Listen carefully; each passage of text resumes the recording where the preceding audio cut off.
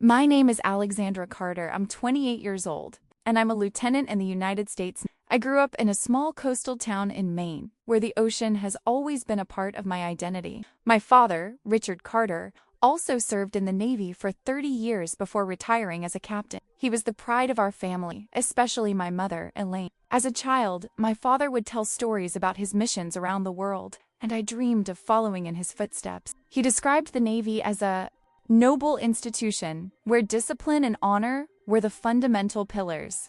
Throughout my childhood, he was my hero, my role model. When I turned 18, I announced my decision to enroll at the Naval Academy in Annapolis. To my surprise, my father's reaction wasn't pride, but disapproval. "The Navy is no place for women, Alexandra," he said firmly. "You wouldn't be able to handle the pressure." Those words hit me like a blow, but they only strengthened my resolve. Against her wishes, I took the exams and was accepted. My mother secretly supported me, worried about upsetting my father, but encouraging me through phone calls when he wasn't around. The years at the academy were difficult. In addition to the academic and physical rigor, I carried the burden of proving my worth not only to my superiors and peers, but especially to my own father. Every holiday or break I returned home, he greeted me coldly, while my mother tried to mediate our increasingly distant relationship. I graduated, with honors, in the top 10 of my class. At the graduation ceremony, my mother wept with pride, but my father remained rigid, as if he were merely fulfilling his duty by attending. When I received my first assignment as an ensign aboard the USS Abraham Lincoln, a nuclear-powered aircraft carrier, he simply nodded, without saying a word. In my early years of service, I discovered that many of the challenges I would face would come not only from the responsibilities of the position, but also from being a woman in a predominantly male environment. Subtle comments, looks of doubt regarding my competence, and the constant need to prove my worth became routine. But I was determined to overcome every obstacle. My job as a flight operations officer required absolute precision. One mistake could cost lives. I worked tirelessly, learning every procedure, every protocol. Sleeping 4 hours a night became normal. When I wasn't on duty, I studied manuals or exercised to maintain physical fitness. Slowly, I earned the respect of my colleagues and superiors. After 3 years, I was promoted to lieutenant junior grade and transferred to the USS John C. Stennis, where I took up duties in the command and control center. Each professional achievement was enthusiastically shared with my mother, who kept every certificate and photo I sent. My father, on the other hand, received the news with calculated indifference. "It won't last," he'd tell my mother, unaware that I could hear from the other room during a quick visit home. "She'll give up when the going gets tough." It was during my assignment at Stennis that I met Commander James Sullivan, a respected officer 15 years my senior, who became my mentor. Unlike many, he didn't treat me as an anomaly or a quota to be filled, but as a competent officer who deserved the same opportunities as others. "Lieutenant Carter, you have the potential to go far," he told me, after observing my performance during a challenging exercise. "But you'll need to be more resilient than the others. It's unfair, but it's reality." Sullivan encouraged me to apply to the Advanced Special Operations Training Program, something few women had done before. The program was notoriously difficult, with an approval rate below 30% even among the most qualified applicants. "If you succeed, it will be impossible to ignore your merit," he said. Training was the most challenging period of my life. 6 months of physical and mental exhaustion, where each day was a battle against my own limits. There were times when I considered giving up, especially when the instructors seemed harsher to me than to my male colleague. During a particularly grueling open water swim in full gear, I nearly succumbed to exhaustion. The waves were high, the water temperature was frigid, and my muscles screamed with pain after nearly 5 hours in the ocean. That's when I remembered my father's words. "You couldn't handle the pressure." That voice, that doubt, became fuel. I ignored the pain and completed the course, placing 3rd out of 20 candidates. I was one of 7 people who completed the program that cycle, the only woman. After training, I was promoted to lieutenant and assigned to an elite unit within naval intelligence, something my mentor Sullivan had recommended. My new role involved classified operations that I couldn't discuss even with my family. The work was intense but rewarding, and for the first time, I felt like I had found my place. It was during this time that I received the news that my mother would be turning 60 and was planning a special celebration. She called me excitedly, explaining that it would be an intimate gathering at our country house near Sevago Lake, with only our closest family and a few old friends. "I'll do my best to be there, Mom," I promised, knowing I'd need to request special leave since we'd be in the middle of a major exercise period. I requested the time off 3 months in advance, and to my delight, it was initially approved. I bought gifts for my mom and booked my flight to Portland, from where I would rent a car to get to the lake house. I was eager for the opportunity to spend a few days away from my responsibilities in a place that brought back childhood memories.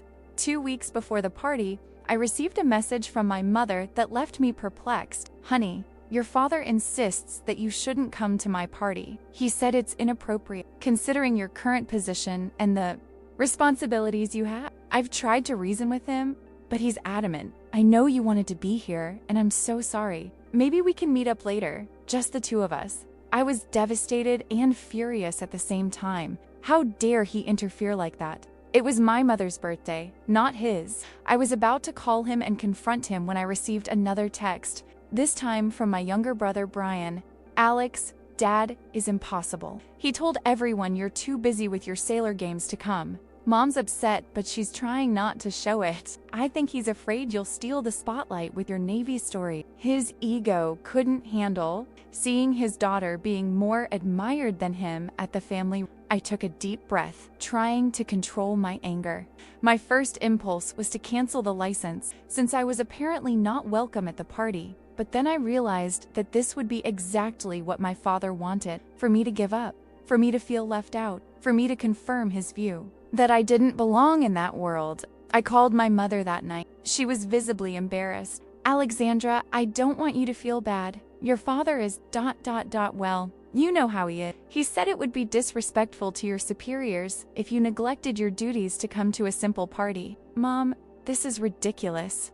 I'm entitled to leave like any other officer. It's all approved." "I know, dear, but you know your father. He's convinced that the Navy demands total dedication, without family distractions. He himself missed many birthdays and events while on duty." I understood then what was happening. It wasn't just about me being a woman in the Navy. It was about me making different choices than he, about me balancing career and family in a way he never could or never wanted. "Mom, I'll respect his decision for now. I don't want to cause you any more stress, but I promise we'll meet soon, just the two of us." I hung up the phone feeling a mixture of sadness and determination. I spoke to my commander and explained that I wouldn't need my leave on that specific date. He seemed surprised, but didn't question it. Over the next few weeks, I immersed myself in work like never before. If I couldn't be with my family, I would dedicate every second to my career. I participated in strategic planning, presented detailed reports on potential maritime threats, and volunteered for additional missions that few others wanted to undertake. My performance did not go unnoticed.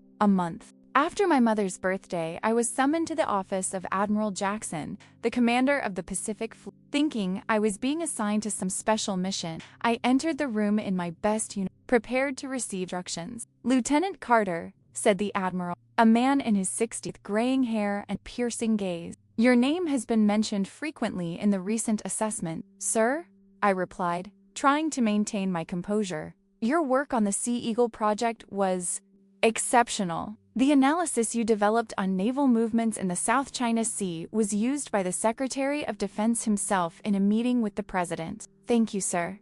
I was just doing my duty." He smiled slightly, a rare thing for a man known for his seriousness. "Lieutenant, we are at a crucial moment for our operations in the Pacific. We need the best officers in key positions, and that is why I am advancing your promotion to Lieutenant Commander, effective next month." I was shocked. Normally, a promotion to Lieutenant Commander occurred after at least 6 years as a lieutenant. I had only been in the rank for 3.5 years. "Sir, I don't know what to say. Don't say anything, Carter.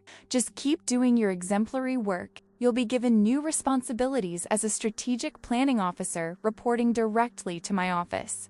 and your first assignment will be to represent our command at an interagency conference in Washington next week. I left the office, feeling like I was floating. That promotion wasn't just a recognition of my work, but a validation of all the difficult choices I'd made, all the obstacles I'd overcome. My first call was to Sullivan, my mentor, who was now serving on another ship.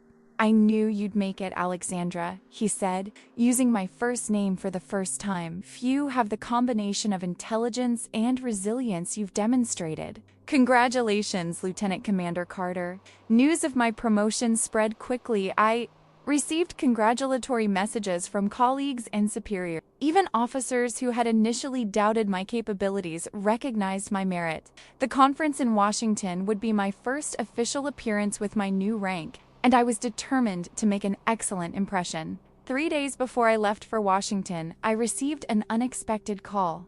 It was my brother Brian. "Alex, you won't believe what just happened. Captain Richard Carter, our illustrious father, is in a panic like this." Apparently, he was bragging at the Veterans Club about how he knew everything about current naval operations thanks to his connections. Then someone mentioned a lieutenant commander, Alexandra Carter, who was making waves with her intelligence work in the Pacific. His friends were shocked to discover it was his daughter, the same one he'd been belittling for years. I couldn't help but smile as I imagined this. And what was his reaction? At first, he tried to play it off, saying he knew all along and was proud. But then, when we got home, he paced back and forth, mumbling about how you never told him about the promotion. Mom's thrilled, by the way. She said she always knew you'd go far. I felt a mixture of satisfaction and sadness. It was gratifying to know my father was finally confronting his own stubbornness, but unfortunate that he needed external validation to recognize my worth. "Brian, I'm going to Washington next week for an important conference. After that, I'll have a few days off. I was thinking about stopping by, really? Mom will love it. And Dad? Well, he'll just have to swallow his pride, won't he? It's not about humiliating you, Brian. It was never about that." The following week, the Washington conference was a success. I presented our strategic report to senior officials from the Department of Defense, the CIA, and the State Department. My recommendations on how to deal with naval provocations in disputed zones were well received, and the Secretary of Defense personally congratulated me. On the last day, I was getting ready to leave when I noticed a familiar man in the hotel lobby, my father, impeccably dressed in his old dress uniform, now adapted for use at veterans' ceremonies. Our eyes met, and for a moment, neither of us moved. Then, to my surprise, he walked toward me. His normally impassive face displayed a mix of emotions I'd rarely seen. "Alexandra," he said formally, stopping in front of me. "Dad, what are you doing? Here?" He cleared his throat, clearly uncomfortable. "I heard you were going to be at the conference. Some old friends from the Pentagon told me. And you came all the way to Washington just for that? I thought maybe we could have dinner, if you don't have any other commitment." This was Richard Carter, the man who rarely admitted he was wrong, who never gave in, making what appeared to be an attempt at reconciliation. "Sure," I replied, deciding to give him a chance. "I know a good restaurant nearby." During dinner, the conversation flowed in an oddly formal way. We talked about the conference, Washington, the climate, anything that would avoid the elephant in the room. Finally, after the second glass of wine, he looked directly at me. "Lieutenant Commander Carter, an impressive promotion for someone your age." "Thank you, Dad. Your colleagues speak highly of you.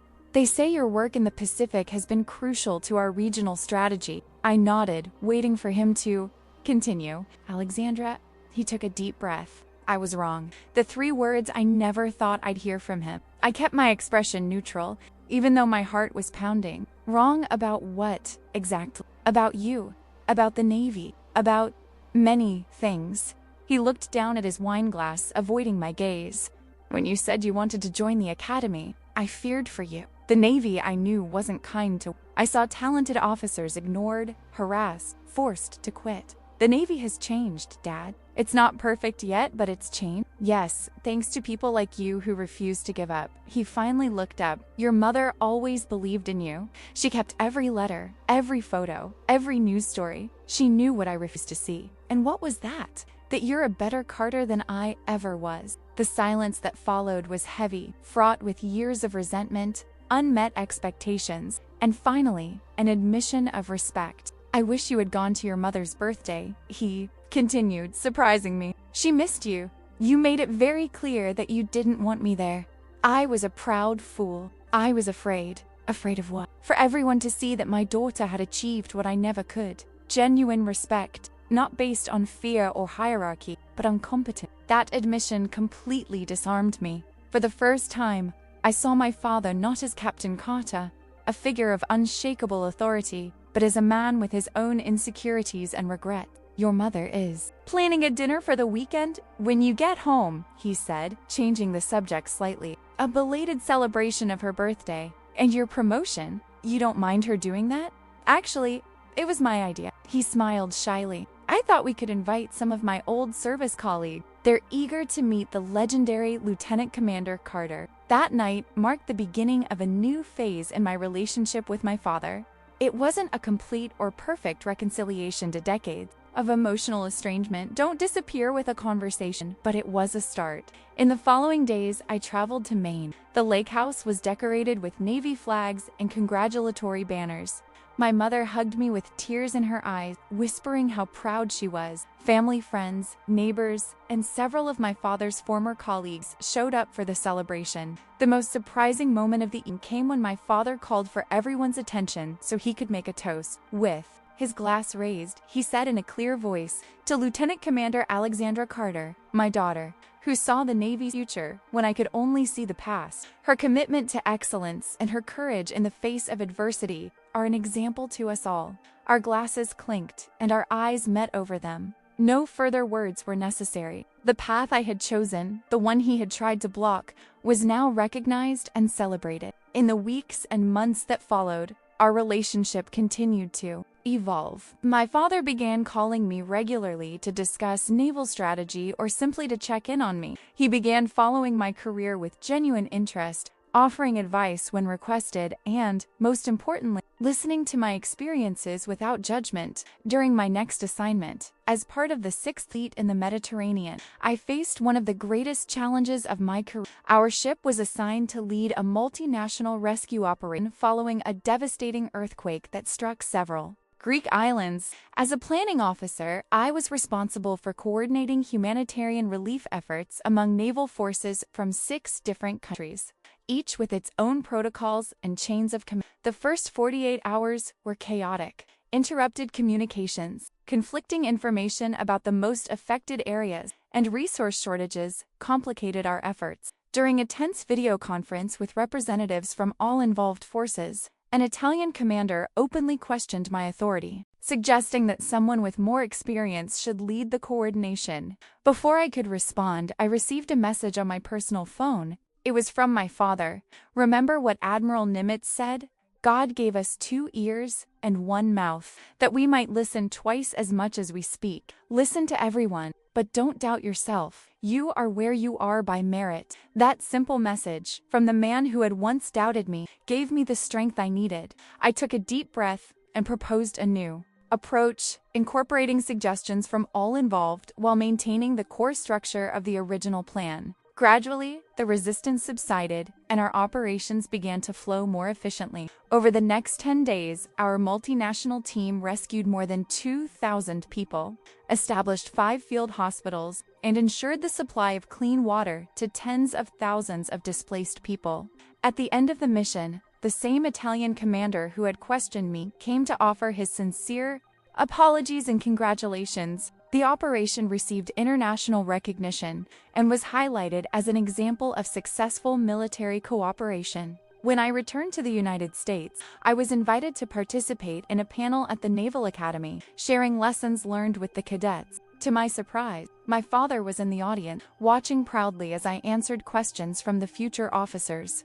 After the lecture, he approached, accompanied by an elderly gentleman whom I recognized as Admiral Thompson, one of the most respected officers in the recent history of the Navy, Alexandra. "Admiral Thompson wanted to meet you in person," my father said, with a gleam in his eye I'd never seen before. "Lieutenant Commander Carter, Thompson, shaking my hand firmly. Your father can't stop talking about you. He says you're the future of the Navy. After what I saw today, I completely agree. My father smiled, placing his hand on my shoulder, a gesture of affection that felt both new and familiar at the same time. Admiral, when Alexandra was little, she used to say that one day she would command her own fleet. At the time, I smiled condescendingly. Today, I know she will probably command much more than that. That night, we had dinner together. My father, my mother, who had traveled especially for the conversation flowed naturally, free from the tensions of the past. At one point, my father asked about my future plan. I'm considering applying to the command program, I replied. If accepted, I'll be prepared to take command of my own ship within a few years. You would make an excellent commander, he said without hesitation. You have the perfect balance of firmness and empathy. I learned from the mistakes and successes of a certain captain I know, I replied, smiling. He laughed, a genuine sound I had rarely heard during my childhood in Alexandra. I spent years trying to mold you into my limited worldview. I never realized you were already becoming something far beyond what I could have imagined. My mother took our hands across the table, joining us in a family circle that had been broken for so long. You two are so alike, she said, tears welling in her eyes. Stubborn, determined, committed to your conviction. You just need to learn to respect each other. Over the next few months, my career continued to progress. I was accepted into the command program and began intensive training to prepare me for taking over my own ship. The process was demanding, testing not only my technical knowledge, but also my leadership and decision-making skills under extreme pressure. During this period, my father became an unexpected source of support. Our weekly phone conversations turned into strategy sessions, where we discussed hypothetical command scenarios and their possible solutions. His decades of experience in the Navy complemented my more recent technological training. Technology changes, equipment evolves, but leadership principles remain the same, he said. Take care of your sailors, and they will take care of the mission. On a particularly challenging weekend of training, when I had to make difficult decisions in a crisis simulation that resulted in losses on the virtual team under my command, I called him for advice. How did you deal with the possibility of losing men under your command? There was a long silence before he answered. This is the part of command that no one really prepares you. For Alexandra. Every decision you make carries the weight of the lives that depend on you. I lost 8 men during my career in an accident on deck, in an unexpected storm, in a fire on board, and I remember every single one of their names. His voice was filled with emotion in a way I had never witnessed before. How did you move on? I asked, understanding that hesitating out of fear can cost even more lives. The best way to honor those we lost is to ensure their deaths were not in vain too. Learn from each loss, improve protocols, train more intensely, and never, ever take your responsibilities lightly. That conversation showed me a dimension of my father I had never considered. The emotional weight he carried during decades of command, the humanity behind the stern facade he presented to the world. After completing the command program with distinction, I received the news I'd been waiting for. I would be promoted to commander and take command of the USS Winston S. Churchill, an Arleigh Burke-class destroyer, within 6 months. At 31, I would be one of the youngest ship commanders in the Navy's recent history. The promotion ceremony was scheduled to coincide with my father's 65th birthday. It was my mother's idea, a symbolic way to unite our paths, to show that our Navy histories, though different, were equally valuable. On the day of the ceremony, the Naval Base Auditorium was packed. Colleagues from all phases of my career were in attendance, including Sullivan, my former mentor, now a respected captain. My mother was in the front row, beaming with pride, and beside her, my father, in full dress uniform, displaying the medals and decorations of a life dedicated to service. When Admiral Jackson announced my promotion and called me to the podium, I saw tears in my father's eyes, something I never imagined I would witness. After receiving my new insignia and taking the oath, I had the opportunity to deliver a brief speech. I am honored and humbled by this moment, I began. The journey thus far has not been easy, but each challenge has served to strengthen me, each obstacle to teach me. I would like to thank all the officers and sailors I served with who trusted me and allowed me to lead. I paused, looking directly at my father. But my greatest gratitude goes to the man who, even without knowing it, taught me the most important lesson about leadership: that true leaders are able to recognize when they are wrong and change course. Captain Richard Carter, my father, showed me that strength is not the absence of doubt, but the courage to move forward despite it. I saw my father lower his head, overcome with emotion. My mother held his hand, silently comforting him. The Navy teaches us honor, courage, and commitment, but I've learned that these values don't just exist in service. They extend to our relationships, to our families, to the way we treat each other. As a commander, I promise to honor not only the uniform I wear, but also the people who serve under my command, recognizing their humanity, their aspirations, and their potential. After the ceremony, as the guests gathered for the reception, my father approached. Without saying a word, he opened a small box he had with him. Inside was a pair of antique brass binoculars, polished and well-preserved. "This belonged to my grandfather, who served in World War I," he said, placing it in my hand. It passed to my father, then to me. "Now it's yours, Commander."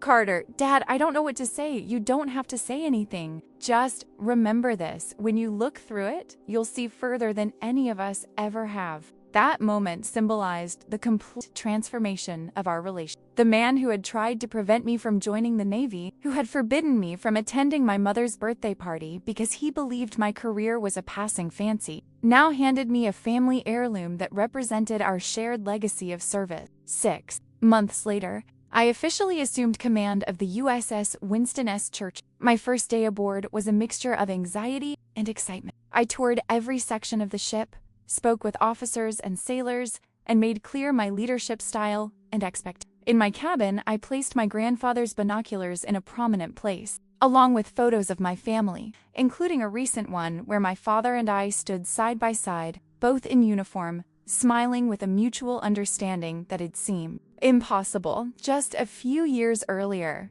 Our first mission as a ship under my command was a routine patrol in the North Atlantic, part of a multinational NATO exercise. The day before departure, I received an unexpected letter. The envelope bore official Navy letterhead, but the contents were personal. It was from my father, Commander Carter. "Tomorrow you will depart on your first mission as a commander. It's a moment that marks the beginning of a new chapter in your career, one you've written with determination and excellence. 6 years ago, I tried to stop you from attending your mother's birthday, convinced that your Navy career was a mistake, a deviation from what I considered proper. My pride blinded me to the truth staring me in the face, that you not only belonged in the Navy, but that the Navy needed you. Your promotion was not only a testament to your merit, but also a reminder to me that the world changes, evolves, and that we must evolve with it or be left behind. You chose the harder path, not only facing the challenges inherent in naval service, but also the resistance of the one who should have been your greatest supporter. As your commander would say, stay the course, know your crew, and trust your instincts. As your father, I say, I am immensely proud of the woman and officer you have become. With admiration and love, Captain Richard Carter Rhett. I folded the letter carefully and tucked it into my pocket, close to my heart. The next day, when the USS Winston S. Churchill left port, I stood on the bridge, scanning the horizon through my grandfather's binoculars. The sea stretched out before us, vast and full of possibilities, as did my career and my future relationship with my father. I thought about how a single moment, that ban on attending my mother's birthday, had become a turning point in our lives. How my decision to remain silent, to let my accomplishments speak for me, had eventually paved the way for a reconciliation that had seemed impossible. The lesson I learned, and the one I would carry with me on my journey as a commander, was that sometimes the most powerful response lies not in words or confrontation, but in quiet perseverance, in constant excellence, and in the courage to press forward even when the path seems obstructed by those who should support us. As the ship sailed through the Atlantic, I felt a sense of fulfillment I had never experienced before. It wasn't just the professional fulfillment of commanding my own ship, but the personal peace of knowing I had finally earned not only the respect of my peers and superiors, but also, and most importantly, that of my father. The binoculars in my hands were not just a family heirloom, but a symbol of the shared vision we now had, one that transcended generations, gender, and prejudice, uniting us in a common purpose of service and excellence. And so, with the sea wind in my face and the weight of command responsibilities upon my shoulders, I, Commander Alexandra Carter of the United States Navy, sailed toward the future I had chosen for myself, a future my father could finally see as clearly as I could. The first 6 months of command of the USS Winston S. Churchill were intense and revealing. Each day brought new challenges and learning forging my identity as a commanding officer. The transition from executive officer to commanding officer wasn't just a title change, it was a complete transformation of perspective and responsibility. After successfully completing the NATO exercise in the Atlantic, we received new orders, an escort mission for a group of humanitarian vessels in the Gulf of Aden, a region notorious for piracy. It would be my first real test of command in a high-risk area of operations. The day before our departure for the Mediterranean, I received a call from my father. Our conversations were now frequent, but always meaningful. "Alexandra, I understand that Churchill is being redirected to the Gulf of Aden," he said, his voice conveying concern that he tried to mask with professionalism. "News travels fast," I replied, surprised that he already knew about our next mission. "We leave tomorrow. I've been to that region 3 times during my career," he continued. "The last time was in 2005, when we led an anti-piracy operation similar to yours." I realized he wasn't just calling as a concerned father, but as an experienced officer offering valuable knowledge. "Any advice?" I asked, recognizing wisdom he could share. "The pirates in the region are opportunists, not strategists. They look for easy targets, ships with little vigilance or slow response. Keep your ship in a constant state of readiness, but without exhausting your crew. It's a delicate balance." I wrote down her words, appreciating the fact that we could now talk as colleagues as well as father and daughter. "And Alexandra," he added, his voice softening, "remember that being a commander can be lonely sometimes. You carry the weight of decisions no one else can make. Don't hesitate to call me, even if it's just a vent. Some things only another commander understands." "Thank you, Dad. That means a lot to me. Your mother said she's praying for you every day. And I... ... double quotes." He paused, still not entirely comfortable with direct expressions of emotion. "Am proud of you. Sail safely." During the crossing to the Gulf of Aden, I dedicated myself to getting to know each member of my crew, their strengths, their stories, their aspirations. I firmly believe that an effective captain not only steers a ship, but also leads people. And to lead people, you must understand them. One night, while patrolling the ship, I found Petty Officer Jennifer Ramirez, our lead electronics specialist, working alone in the technical lab well after normal hours. "Can't sleep, Petty Officer Ramirez?" I asked, entering the room. She stood up quickly. "Commander Carter, I'm just updating our radar detection algorithms. I want to make sure they're optimized for Gulf conditions. I observed their work, clever. Modifications that weren't in standard protocols, but would potentially increase our detection capability." "This isn't part of regular procedure," I commented. "No, ma'am. It's something I developed during my time on the USS Gonzalez. We... had an incident. So we were nearly surprised by a small vessel approaching in the radar dead zone. I've been working on these modifications ever since." I understood immediately. She was using a previous traumatic experience as motivation to protect our ship. "How many hours did you put into this for me?" "A few nights. Didn't want to overload the systems during regular operating hours. Starting tomorrow, I want you to have official time designated for this project. Choose 2 technicians from your team to help. If this can improve our safety, it deserves priority." Her face lit up with surprise and gratitude. "Thank you so much, Commander.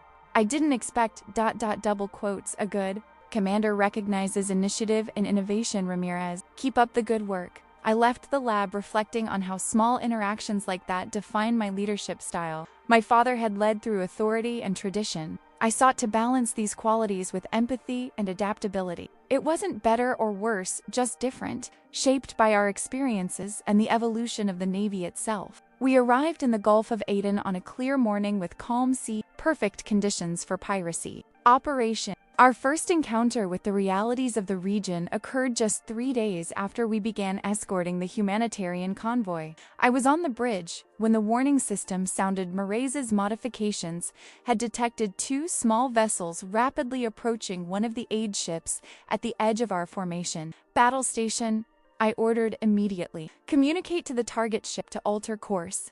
Prepare helicopters for interception. The crew's response was impeccable. Within minutes, our MH-60R helicopters were airborne, and we had positioned the Churchill between the attackers and the humanitarian ship. The pirate vessel, realizing they would face significant resistance, altered course and disappeared. Clear operation, no shots fired, commented my first officer, Lieutenant Commander Marcus Reynolds, with evident satisfaction. This time, I replied, keeping my eyes on the horizon through the binoculars. But they'll be back. Probably at night, probably with more vessels. I want us to double the watch and keep the helicopters on high alert. Reynolds nodded, clearly impressed by my anticipation. What he didn't know was that I was directly applying the lessons my father had shared about pirate behavior in the region. That night, as predicted, we faced a more coordinated attack, with 5 vessels simultaneously attempting to approach the convoy from different angles. The situation demanded quick and precise decisions.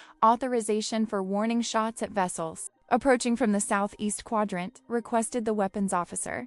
Negative, I replied, surprising everyone. Activate maximum illumination first.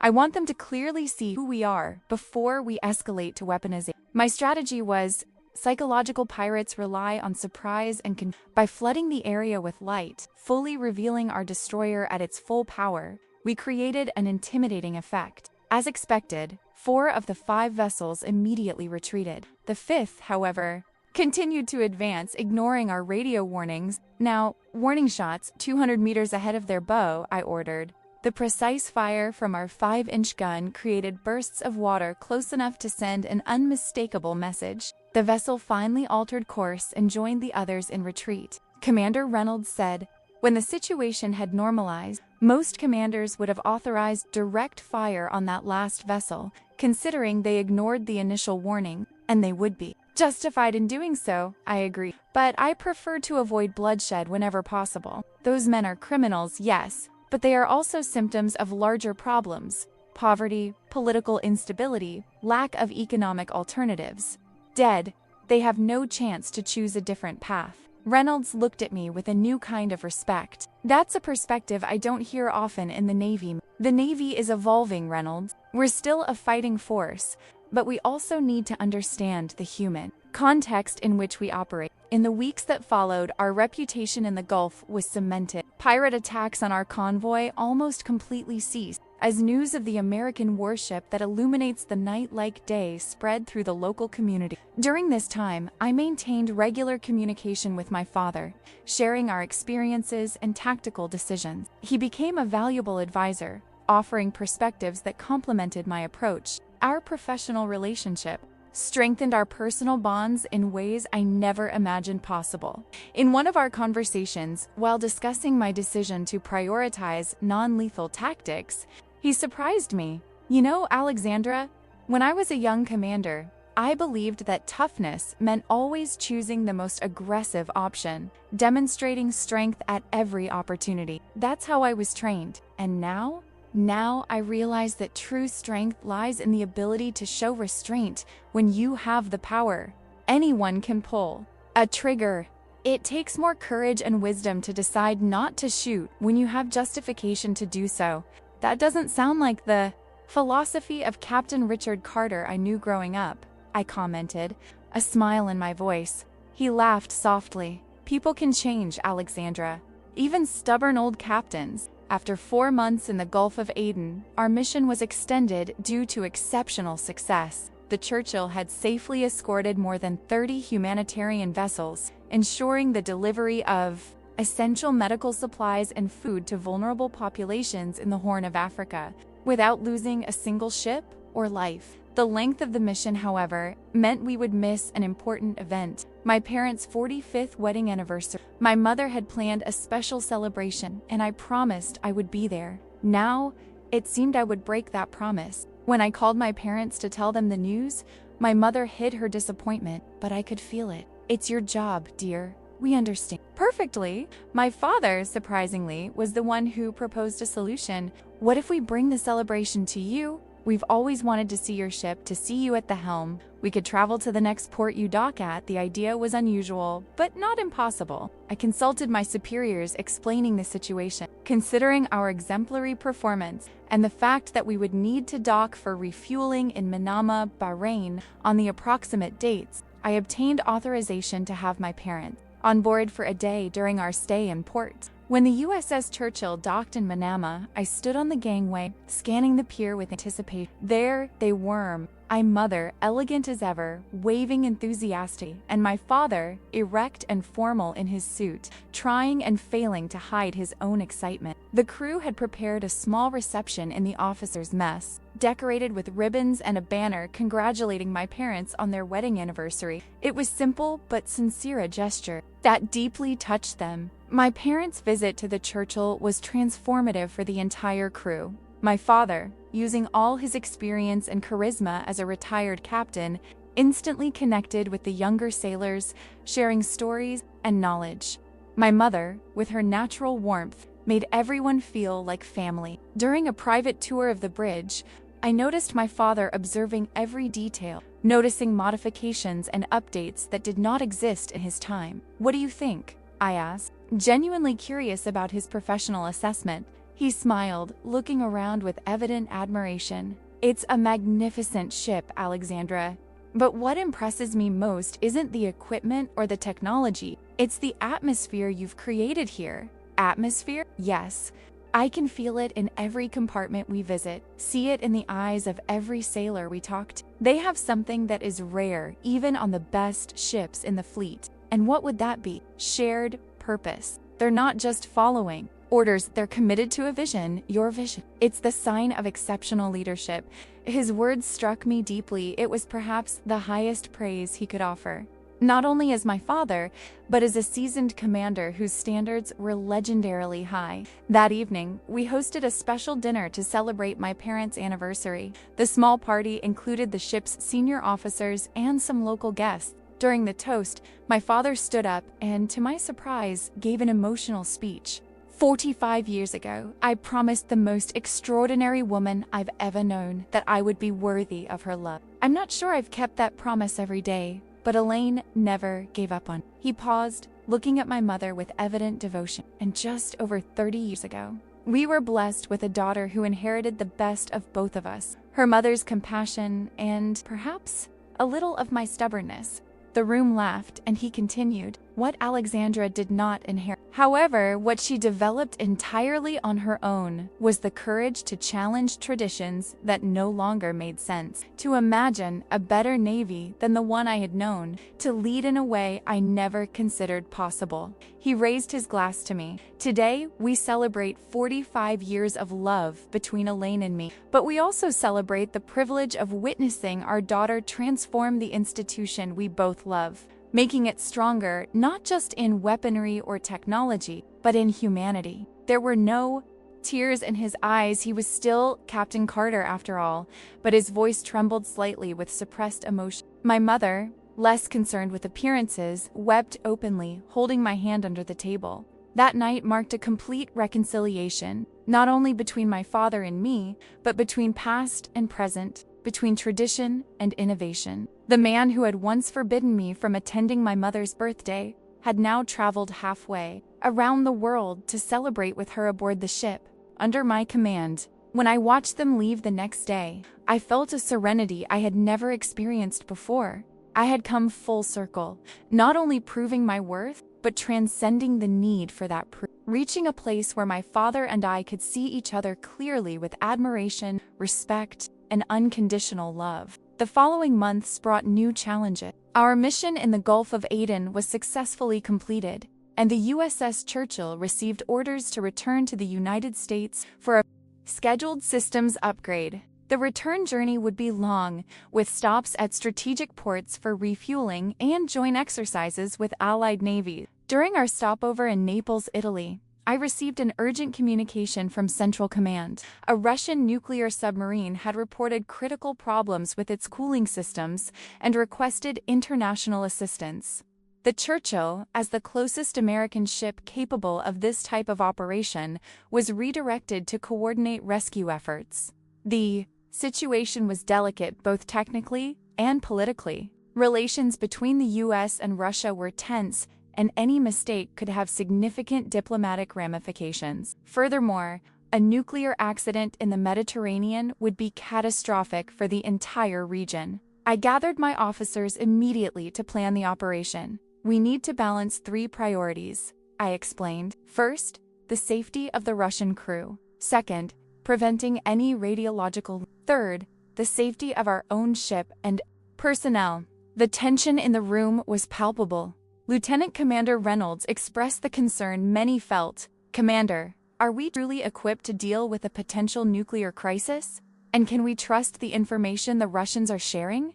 It was a valid question that deserved an honest answer. We are not perfectly equipped, no. And yes, we must independently verify all information. But we are the best hope of those Russian sailors right now, and a nuclear disaster recognizes no borders or nationalities. We implemented a careful plan. Our nuclear engineering experts would work remotely with the Russian crew to stabilize the reactors, while we prepared contingencies for evacuation if necessary. Simultaneously, we deployed radiological monitoring teams and coordinated with other vessels in the area to establish a security perimeter. The operation lasted 37 non-stop hours.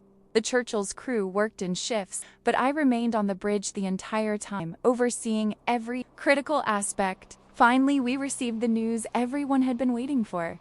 The submarine's cooling systems had been stabilized, and the immediate danger was contained. When the Russian submarine's commander, Captain Mikhail Baranov, established a video link to express his gratitude, I felt a strange sense of déjà vu. He reminded me of my father in many ways, with the same rigid demeanor and determined gaze. Commander Carter, he said in formal English, the Russian Navy recognizes our debt to you and your crew. Your engineers are exceptional. Under different circumstances, we might have been adversaries. Today, we remember that we are, first and foremost, sailors. The sea doesn't care about our flags, Captain Baranov, I replied. We're glad they managed to stabilize the situation. If they need further assistance returning to port, we're here to help. After hanging up, I noticed a respectful silence on the bridge. It was Reynolds who finally spoke. You know, Commander, when we met at the beginning of this mission, I thought your approach was too idealistic for the real world. I'm happy to admit I was wrong. The USS Churchill received a hero's welcome upon its return to the United States. Our operation to assist the Russian submarine had been covered internationally, highlighted as a rare moment of cooperation in times of geopolitical tension. At the welcome ceremony, I found my parents waiting on the dock along with other crew families. My father wore his full dress uniform, a silent honor to the ship and its captain. Proud? I asked, after the formal hugs and greetings. More than words can express, he replied, with a rare intensity in his normally controlled voice. What you've accomplished these past few months is the kind of command that defines a career, Alexandra.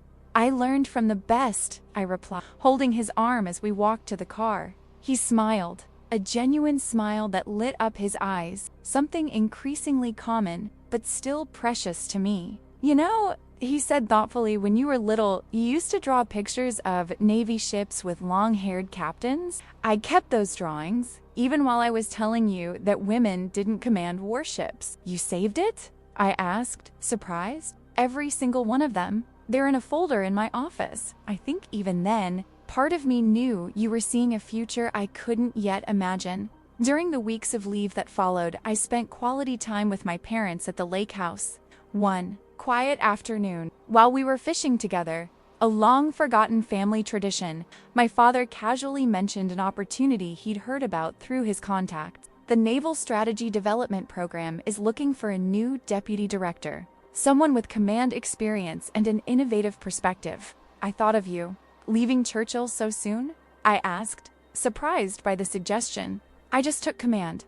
I'm not saying you should accept, he clarified, just that you deserve to know about the opportunity. This position would shape the future of the Navy for the next 20 years. I pondered his words for days.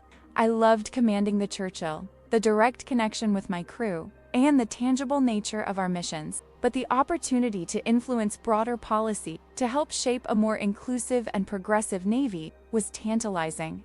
After much deliberation, I decided to apply for the position, with my father's enthusiastic support.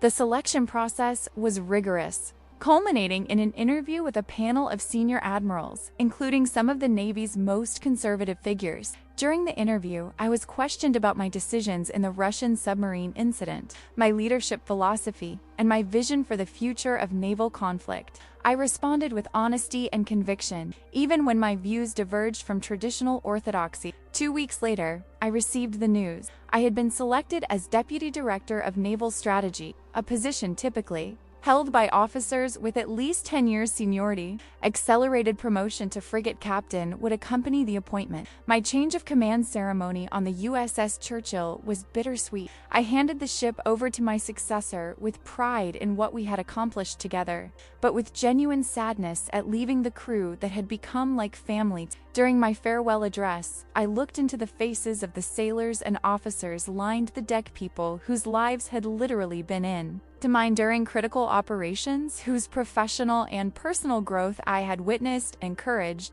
The greatness of a ship lies not in its armament or technology, he said, but in the character and commitment of its crew. The USS Churchill is great because you made her so. Carry that excellence on to your future commanders, as a legacy that continues beyond any of us. My gaze met that of Jennifer Ramirez, now promoted to Chief Officer due to her exceptional performance.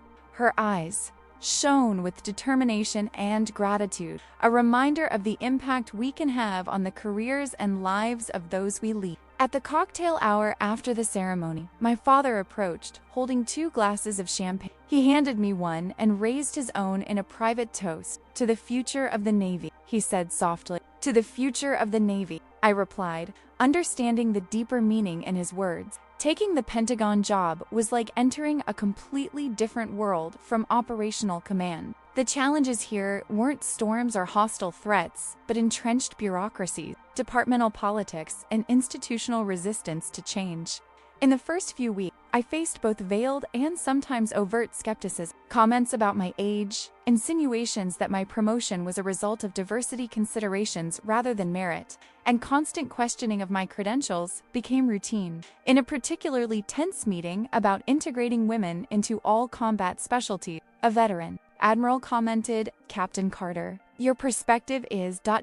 interesting, but you may lack the experience necessary to fully understand the operational implications of these changes." I took a deep breath, remembering my father's words about the weight of authority and the importance of restraint. Then I calmly replied, "Admiral, I deeply respect your experience. Allow me to complement it with data."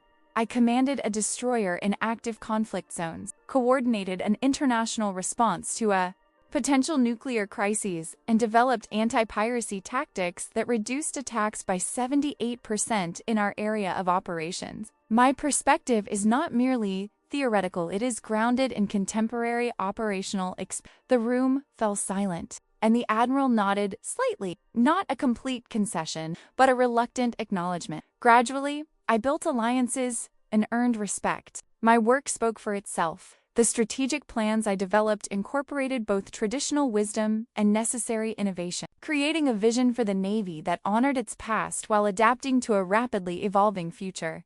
On one of my monthly visits to my parents, I shared my frustrations and triumphs with my father, who listened attentively, offering advice based on his own experience navigating the political waters of naval leadership. "Real change takes time, Alexandra," he said, "especially in institutions as old as the Navy. It's not just about policies on paper, but about hearts and minds." "How you've changed," I observed with a smile.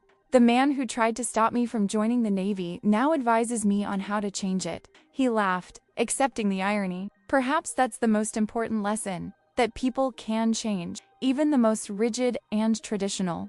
If a stubborn old man like me can evolve, there's hope for the entire institution. A year after assuming my position in the strategy program, I received an invitation to return to the Naval Academy as the keynote speaker at the commencement ceremony. It was an honor normally reserved for admirals or senior civilian officials in the Department of Defense, rarely offered to someone of my rank and age. The ceremony took place on a perfect May day, with blue skies and a gentle breeze blowing over Annapolis. Looking out over the rows of graduates, men and women ready to begin their careers in the Navy and Marine Corps, I felt the weight of responsibility to offer words that would guide them through the challenging year. Ahead, my parents were in the audience, my father once again in his formal uniform. Our eyes met briefly before I began my speech. Graduates, honored guests, family, and friends. 10 years ago, I sat where you are today, filled with equal parts ambition and uncertainty. That day, I could not have imagined the journey that lay ahead,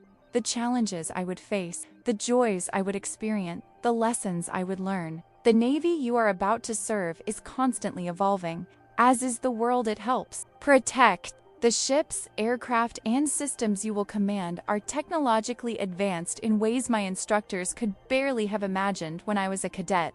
But amid all this change, some truths remain constant. The first is that you are not just taking on a job or a career, you are taking on a sacred responsibility: the protection of our nation, its values, and its people. It is a privilege that demands the best of you every day. The second truth is that our Navy's greatest strength has never been our military might, but our diversity of thought, experience, and perspective.